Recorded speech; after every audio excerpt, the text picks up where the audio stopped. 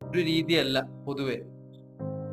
കാരണം നിങ്ങൾ ആദ്യം തന്നെ ചിന്തിക്കേണ്ടത് നിങ്ങൾക്ക് ഭഗവാൻ ആരോഗ്യമുള്ള കൈകാലുകൾ തന്നത് തന്നെ ഭാഗ്യം എന്ന് തിരിച്ചറിയേണ്ടതാണ്.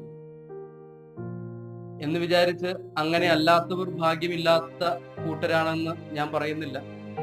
കാരണം മാർട്ടിൻ ലൂതർ കിങ്ങിന്റെ ഒരു പ്രശസ്തമായ വാക്യമുണ്ട്: നിങ്ങൾക്ക് പറക്കുവാൻ സാധിക്കില്ല എങ്കിൽ നിങ്ങൾ ഓടും, നിങ്ങൾക്ക് ഓടുവാൻ കഴിയില്ല എന്നുണ്ടെങ്കിൽ നിങ്ങൾ നടക്കൂ, നിങ്ങൾക്ക് നടക്കുവാൻ കഴിയില്ല എന്നുണ്ടെങ്കിൽ നിങ്ങൾ എഴയൂ എന്നാണ് പറയുന്നത്.